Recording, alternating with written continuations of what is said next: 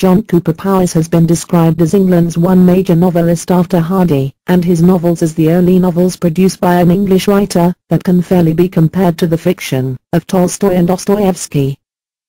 Amongst those who admired his work were Iris Murdoch, J.B. Priestley, Theodore Dreiser, Henry Miller and Margaret Drabble, but nowadays, few people have ever heard of him. Except for a small band of devotees, John Cowper Powys has faded into the shadows. Those who have not heard of his works are missing out on the pleasure of reading a great writer, and the inspiration of a wise philosopher. Born on October 8, 1872, in Shelley, Derbyshire, his writing career spanned from 1896 until 1960, when his last book was published at the age of 87. John Cowper Powys was the eldest of 11 children. His two brothers, Llewellyn and Theodore, also became well-known novelists. His father, Charles Francis, was an Anglican vicar, and his mother, Mary, was related to British poets William Cowper and John Donne. Powys was educated at Sherborne School and read history at Corpus Christi College, Cambridge. While at Cambridge he decided not to follow in his father's footsteps to become a clergyman, and on concluding his studies, he gave lectures at girls' schools in Brighton and Eastbourne. Powys visited the United States in 1904, and began lecture tours before moving there permanently in 1909. He lived in America for over 30 years, traveling across the country giving lectures on Dickens, Shakespeare, and other classic writers, and also on his philosophy of life. He was a powerful and charismatic orator, and became one of the most popular speakers in America, drawing crowds of 2,000 and 3,000 people.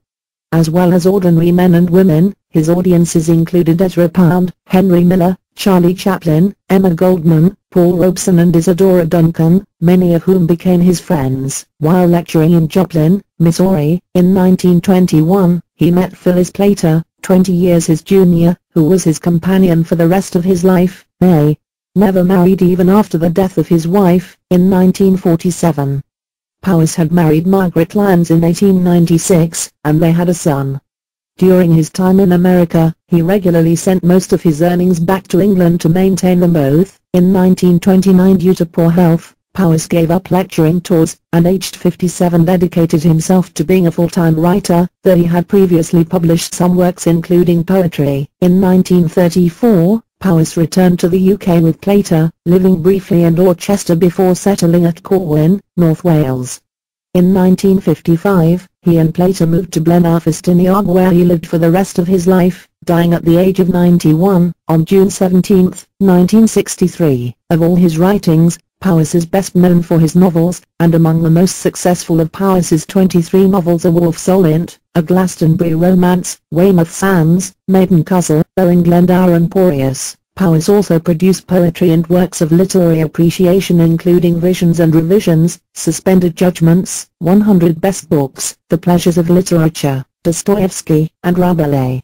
His autobiography published in 1934 was described by A.N. Wilson as one of the great books of the 20th century. Powys wrote his 10 philosophical books over a 30-year period, and of these works, The Meaning of Culture, In Defense of Sensuality, A Philosophy of Solitude and The Art of Happiness, are considered among his best. It was in these writings that he developed his philosophy of life, formulating and refining his ideas across these books. Given the amount of his writings that were published, and the appreciation of his work by many high-profile writers, one might wonder why Powys is not more widely known. Powys's books have not always been easily available, as many were not in print, though thankfully this situation is being remedied with the republication by Faber and Faber, and Overlook Press, of some of his works. Massive in size, his novels are full of vivid detail, and involve numerous plots and complicated characters. He was as a storyteller with a vivid imagination. He can be a challenging read at times, but he retains the reader's interest, and the reader is rewarded with his originality, eloquence, and humor, and a lasting impression. Of all Powys's writings, it is his novels that have received the majority of literary attention, while very little consideration has been given to his philosophical works. This is surprising, as his life philosophy underlies all of his writings.